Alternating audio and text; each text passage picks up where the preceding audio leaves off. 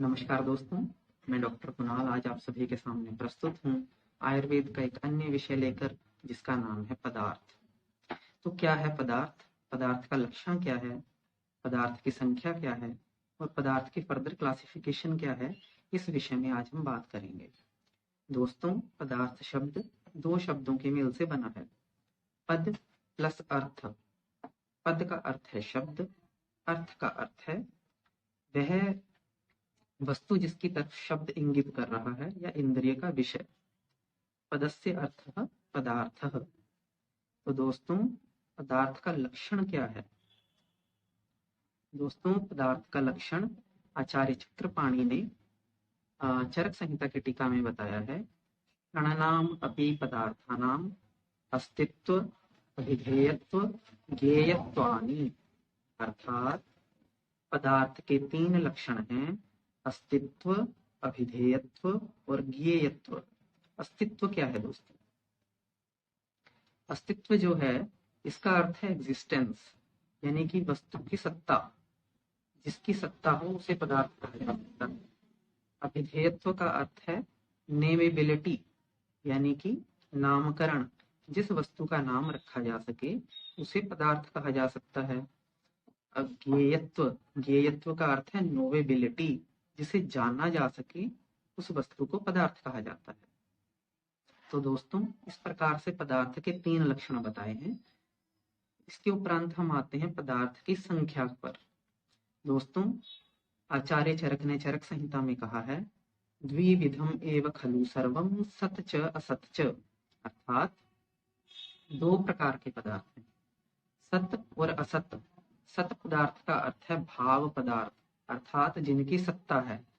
असत असत पदार्थ का अर्थ है अभाव पदार्थ, अर्थात जिनकी सत्ता नहीं है। तो दोस्तों, इस प्रकार से दो प्रकार के पदार्थ हैं। इन पदार्थों की फर्दर क्लासिफिकेशन में हम भाव पदार्थ की क्लासिफिकेशन करते हैं। भाव पदार्थ में 6 पदार्थ आते हैं, द्रव्य, गुण, कर्म, सामान्य, विशेष और समवाय। तो दोस्तों, सबसे पहले हम द्रव्य को समझते हैं। द्रव्य की परिभाषा आचार्य चरक ने कही है, यत्र आश्रितः कर्म गुणः कारणम समवायी यत तद द्रव्यम। इसका अर्थ है जिसमें कर्म और गुण समवायी भाव से रहते हैं उसे द्रव्य कहा जाता है, जैसे पृथ्वी, जल, तेज इत्यादि। अब इसको थोड़ा समझने का प्रयास करते हैं।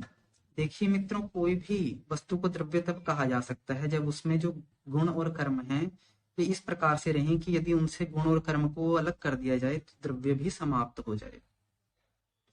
जैसे पृथ्वी में आकर्षण का कर्म है तथा स्थिरत्व का गुण है, स्थिरता का गुण है, या शब्द, स्पर्श, रूप, रस और गंध, इस प्रकार से 5 गुण जो हैं वो पृथ्वी में है, जिसमें से मुख्य गुण गंध है।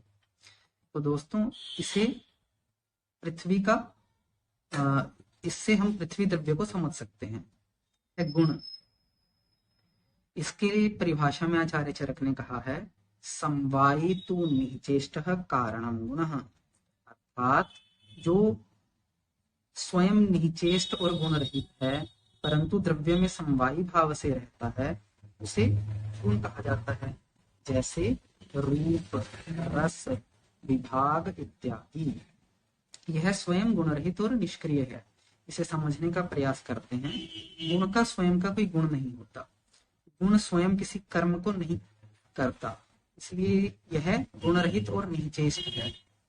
परंतु जो गुण है वह द्रव्य में इस प्रकार से रहता है कि यदि द्रव्य से गुण को अलग कर दिया जाए तो द्रव्य समाप्त हो जाए। उसके उपरांत हम आते हैं कर्म पर। आचार्य चरक ने कर्म की परिभाषा में कहा है, संयोगे च विभागे च कारणम द्रव्यम आश्रितम कर्तव्यस्य क्रिया कर्म कर्म न अन्यद अपेक्षते।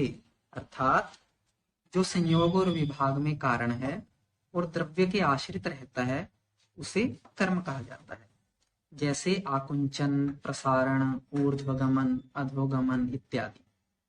तो दोस्तों, जैसे हरितकी का कार्य है विरेचन, यानी कि लूज मोशन करा देना, तो इस प्रकार से आप कर्म को समझें। उसके उपरांत आता है सामान्य। सामान्य की परिभाषा आचार्य चरक ने कही है, सर्वदा सर्वभावानां सामान्यम वृद्धि कारणम, अर्थात जो वृद्धि का कारण है उसे सामान्य कहा जाता है। जैसे मांस खाने से मांस की वृद्धि होना, या फिर रूक्ष गुणों से युक्त आहार विहार करने से वायु की वृद्धि होना। तो इस प्रकार से आप सामान्य को समझें। उसके उपरांत जो पदार्थ आता है वह है विशेष। ह्रास हेतु विशेषश्च, अर्थात जो ह्रास का कारण है उसे विशेष कहा जाता है। जैसे रूक्ष द्रव्यों के खाने से शरीर में कफ का ह्रास होना, इसे विशेष कहा जाता है।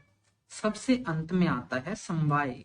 समवायो अपृथक भावो, अर्थात जो वस्तुओं के बीच में अपृथक भाव से रहता है उसे समवाय कहा जाता है।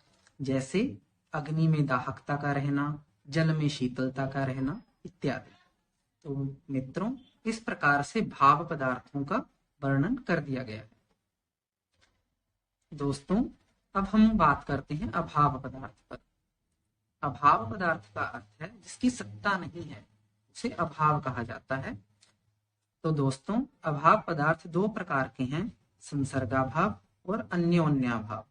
सबसे पहले संसर्गाभाव की क्लासिफिकेशन को समझें। इसमें तीन बिंदु आते हैं। नंबर 1 प्राग भाव, अर्थात किसी वस्तु के उत्पन्न होने से पहले उसका अभाव होना। जैसे घट के उत्पन्न होने से पहले घट का अभाव होना। प्राग भाव के उपरांत आता है प्रध्वंसा भाव, अर्थात किसी वस्तु के नष्ट होने के उपरांत उसका अभाव होना। जैसे घड़े के टूटने के उपरांत घड़े का अभाव हो जाना। तथा तीसरे नंबर पर आता है अत्यंताभाव, किसी वस्तु का अत्यंत अभाव होना। जैसे अग्नि में शीतलता का अभाव होना। तो मित्रों, इस प्रकार से संसर्गा भाव का वर्णन कर दिया गया है। उसके उपरांत आता है अन्योन्याभाव, किसी एक वस्तु में दूसरी वस्तु का अभाव होना। जैसे गाय में घोड़े का अभाव, या घोड़े में गाय का अभाव, या वस्त्र में घट का अभाव, या घट में वस्त्र का अभाव।